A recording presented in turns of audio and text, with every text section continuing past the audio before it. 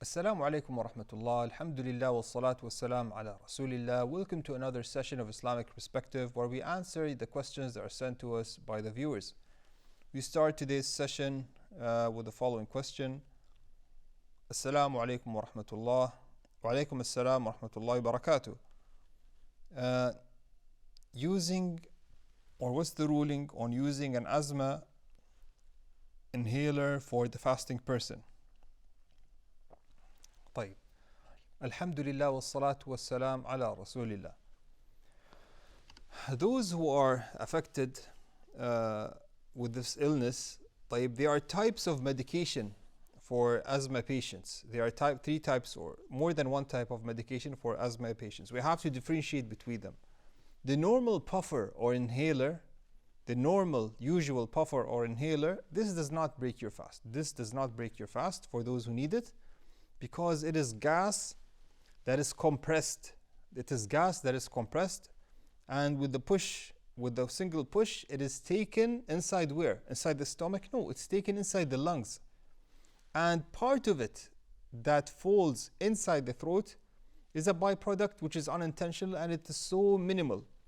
So scholars said, this does not break your fast. This does not break your fast.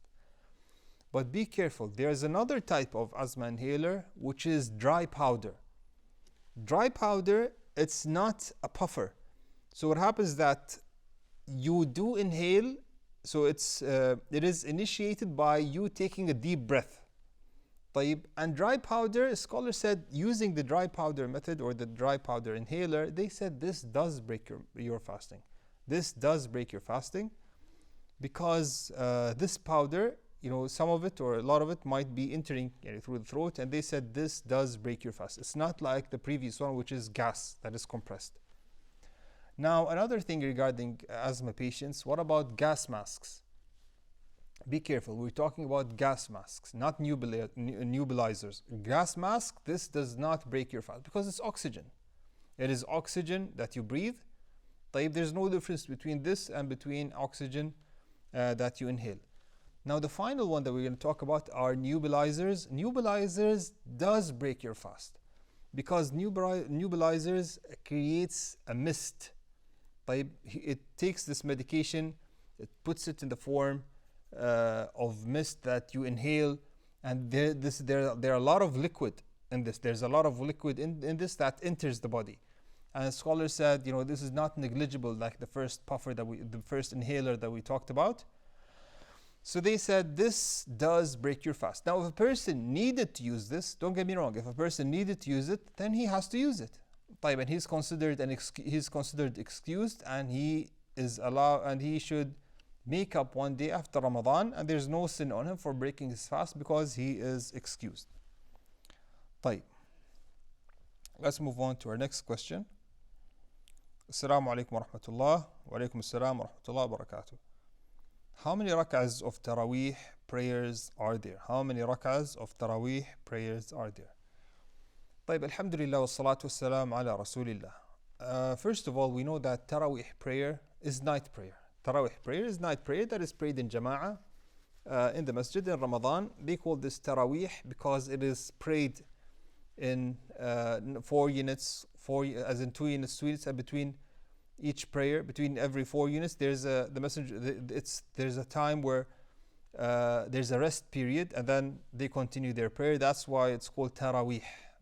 This is one of opinion that why it is called Taraweeh. But it is considered night prayer. This prayer after Isha prayer and before dawn, so it is considered night prayer. Now, the matter of the units of prayer, there are more than one hadith that we have to address. The first hadith of the Messenger Muhammad sallallahu alaihi wasallam, as Aisha radiallahu anha explained in Sahih Bukhari, that he used to pray 11 units in Ramadan and outside Ramadan. He never increased, as Aisha radiallahu anha said. So in terms of number, the Messenger Muhammad sallallahu alaihi wasallam used to pray 11 units. Now, does that mean we have to stick to this number? So if you want to pray the prayer of the Messenger Muhammad sallallahu alaihi wasallam, let's understand that he alayhi salatu wasalam used to prolong his prayer. As Aisha radiallahu anha said, that he used to pray 4 units. فَلَا تَسْأَلْ عَنْ حُسْنِهِنَّ وَطُولِهِنَّ. Do not even ask about how perfect they were and how long they were. So they were long, perfect units. And in another hadith that described his prayer in Qiyamul Layl in Ramadan, he alayhi salatu wasalam started the first unit in 1 unit. He recited Al-Baqarah, and then he recited Surah An-Nisa, and then he recited Al-Imran in 1 unit. So if we say 11 units, these 11 units were consumed during the whole night. During the whole night. So this is the type of prayer the Messenger Muhammad sallallahu alaihi wasallam used to pray. So it's not fair to say that if you pray 11 units in 30 minutes, then you have done the sunnah of the Messenger Muhammad sallallahu alaihi wasallam. If you really want to do the sunnah, then you should copy the Messenger Muhammad sallallahu alaihi wasallam in his form and his number of units. And many people are unable to do this. So, and there's another hadith that we have to address also. The Messenger Muhammad sallallahu alaihi wasallam, in some narration, said that he was on the minbar. He was on the minbar, so on the platform, and the man asked him. He said, "Kayfa salatul layl? How do you pray salatul layl? How do you pray night prayer?" So the Messenger Muhammad sallallahu alaihi wasallam said, "Salatul layl mathna mathna." So he said, night prayer is 2 units, 2 units. And then he said, if you feared dawn as Fajr time, then you should pray witr. Now, all the people listening, they will understand that there is no limit for night prayer. And if there was a limit for night prayer, the Messenger Muhammad ﷺ should have explained it then and there. Because delaying such information where everyone probably listening is going to be praying Qiyamul Layl that night, delaying this piece of information, it's not allowed for him ﷺ to do so, because he ﷺ is the one who's conveying the Sharia. So if there was a limit, then he would have explained it. He would have said it ﷺ. But since he did not mention a limit, that means scholars have deducted that there's no limit for the number of units of Qiyamul Layl. But if a person tried his best to prolong his prayer and pray 11 units, then alhamdulillah, inshallah, he achieves the sunnah in the number of units and achieved the sunnah in prolonging his prayer. So definitely priority is given to prolonging your prayer in Taraweeh. Wallahu alam. So if you have more than one masjid, if they're going to be both praying 11 units, choose the masjid that will have a longer period of time, given that, alhamdulillah, you have enough time to engage in this worship. طيب. Assalamu alaikum wa rahmatullah wa alaikum assalam wa rahmatullahi wa barakatuh. I heard a brother saying that Taraweeh is better prayed at home. Is this true, Sheikh? طيب. Alhamdulillah wa salatu wa salam ala rasulillah. So this person is asking that he heard someone say that Taraweeh is better prayed at home. طيب. We want to address this issue. Where did this come from? There are some madhabs that say that a person praying by himself at home in Taraweeh is better than him praying with the Jama'ah. There is an opinion. Let's explain this opinion. It might sound weird. Well, we know that the Messenger Muhammad ﷺ said that Salatul Rajul fi bayti khayru min salati fi masjidi hada. So the Messenger Muhammad ﷺ said a man's prayer at home is greater in reward than him praying in the masjid. This is what type of illa al-farida, except for obligatory prayer. So obligatory prayer, it is best prayed in the masjid. There's no dispute in this. No one disputed that prayer, that obligatory prayer, fard prayer, praying it in jama'ah in the masjid is definitely better than praying it at home. Khalas, this is clear. The hadith is regarding preferred worship, like Sunnat al-Fajr, like the Sunnah of Dhuhr, Sunnah of Maghrib, Sunnah of Isha, or any Sunnah. Praying it at home is more rewarding than praying it in the masjid. This is clear.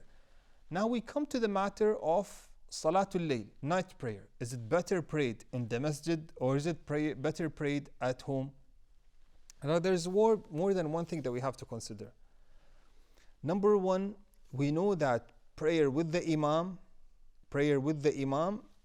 in Taraweeh will get you the reward of praying the whole night.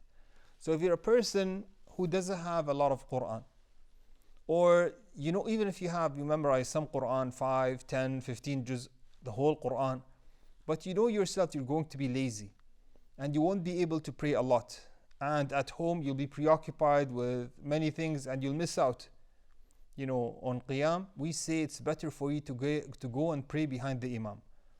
This is number one. Number two, praying behind the Imam. There's a specific reward for a person who prays behind the Imam Taraweeh. We're talking about Taraweeh prayer. What is this specific reward? We know that the Messenger Muhammad ﷺ has said, "Man qama ma'al imam hatta yansarif kutiba lahu qiyamu layla." Whoever prays with the Imam until he finishes his prayer, then it will be written for him that he has performed qiyam of the whole night. It will be written for him that he has performed the qiyam of the whole night. So this is, alhamdulillah, a great reward. So the other scholars said that the action of many of the companions is that they used to engage in qiyam by themselves at home, and they used the hadith of the Messenger Muhammad ﷺ that the prayer of a person at home is better than his prayer in the masjid, preferred prayer. So they said praying at home is better. Now this is for a person who's going to be praying a lot, and he wants to pray, for example, for 3-4 hours by himself, and he's able to recite by himself, and he's a hafid, he's not going to make any mistake, and he knows that he is capable, of managing this by himself, then alhamdulillah, it's better for him to pray by himself. This is the opinion of some of the madhabs. And the other madhabs say, like some of the scholars said, why doesn't he combine? He prays with the Imam until the Imam finishes, and then he goes back home and continues the prayer by himself. And I find that this is the best option, because you're going to be praying Jama'ah for Isha prayer, and then the Imam is going to be praying Taraweeh. Pray with the Imam. Pray with the Imam Taraweeh, especially if your Imam is going to be praying, for example, for 1 hour. Alhamdulillah, that's khair. If you find yourself, you have enough energy, and you want to pray more, then once you reach home, you can pray more without any issues. Now the question is, what if you already prayed? What if you prayed witr prayer with the Imam? What if you prayed witr prayer with the Imam? Can you go back home and add more prayers? Yes, the Messenger Muhammad ﷺ did pray 2 units after praying witr. So it is permissible to pray after witr. So if you prayed witr with the Imam, طيب, and Taraweeh, and then you went back home and you wanted to do more prayer, you can do more prayer, and inshallah you'll be rewarded for this. So I find that this is the best thing to do. You pray with the Imam to get the reward of Isha and Jama'ah, to get the reward of praying behind an Imam until he finishes. So you'll be rewarded for the qiyam of the whole night. And then you go back home and you do some prayer, alhamdulillah, you add to this. So this is, alhamdulillah, khair upon khair. This is khair upon khair, and this is what I recommend. This is what I recommend. Because praying by yourself is never secured. Anything can go wrong. But if you pray by the Imam, alhamdulillah, you have secured praying the whole night. You have secured praying the whole night. And then if you have enough energy, if you wake up early, before suhoor, you can pray some more. And alhamdulillah, you'll be rewarded for this. So it doesn't matter what you're going to do, as long as you try to do as much worship as possible in Ramadan. Wallahu alam. Assalamu alaikum wa rahmatullahi wa alaikum assalam wa rahmatullahi wa barakatuh. Can a child be ordered to fast? طيب, alhamdulillah wa salatu wa salam ala rasulillah. If we're talking about a child who is older than 7, then yes, he should be commanded to fast, and we don't know if he's able or not, and you should encourage him to fast. If he fasts part of the day, alhamdulillah, that's khair. And you should start training him, as we mentioned, as the Messenger Muhammad ﷺ commanded the children to fast at the age of 7, and then from 7, and then to even beat them at 10. So this is like a training wheel, from 7 to 10, and then from 10 until they reach puberty. The same thing can be said with fasting. So you try to introduce fasting early on, and we see that if they're able to fast or not. Some children are able to fast. They're encouraged. They see everyone home is fasting. They want to fast themselves. Alhamdulillah. Even if they fast some of the days and some other days, alhamdulillah, that is khair. But of course, you know that a child who still did not reach puberty, you do not say to them the days that you did not fast, you have to make it up. There's no makeup required for them. And if they fast, alhamdulillah, if they're older than 7, they're going to get the reward for this.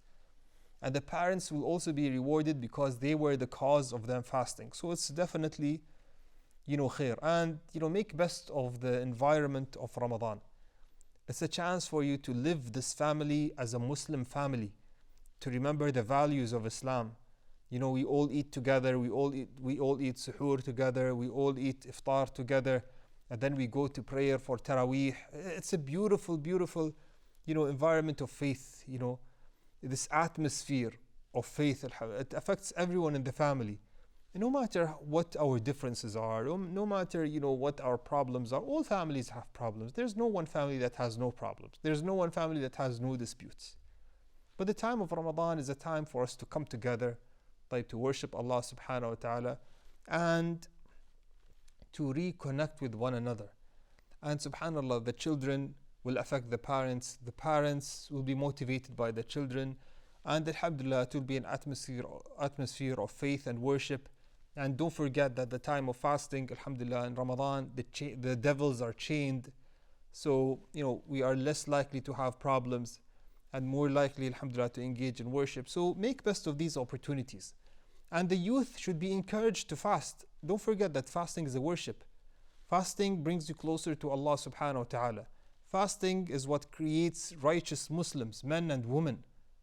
And Islam is their future. Islam is their true future, not their jobs, not their degrees. It is Islam. Islam is the thing that will make them upright. Islam is the thing that will make them righteous. Islam is something that will carry them to their real future, Jannah. So make sure that you have the proper intention when you train your kids to fast. طيب, Wallahu alam. طيب, we move on to our next question. Assalamu alaikum wa rahmatullah wa alaikum assalam wa rahmatullahi wa barakatuh. Does cupping spoil the fast? Does cupping spoil the fast? طيب. Alhamdulillah wa salatu wa salam ala rasulillah. Cupping is a matter that is disputed among the scholars. Now we have the majority, except the Hanbali madhab. They say that cupping does not invalidate your fast, while the Hanbali madhab said that cupping does invalidate the fast. So we say that if you're going to do cupping, do it after Maghrib because of the dispute. And if a person did cupping without him knowing, we say, khalas, inshallah, your fasting is preserved, but do not do it again. If you want to do cupping, do it after Maghrib to preserve your fast because of the dispute. طيب. With this, inshallah, we will end. I will see you, inshallah, tomorrow. هذا والله أعلم وصلى الله على نبينا محمد وعلى آله وصحبه وسلم. جزاكم الله خير.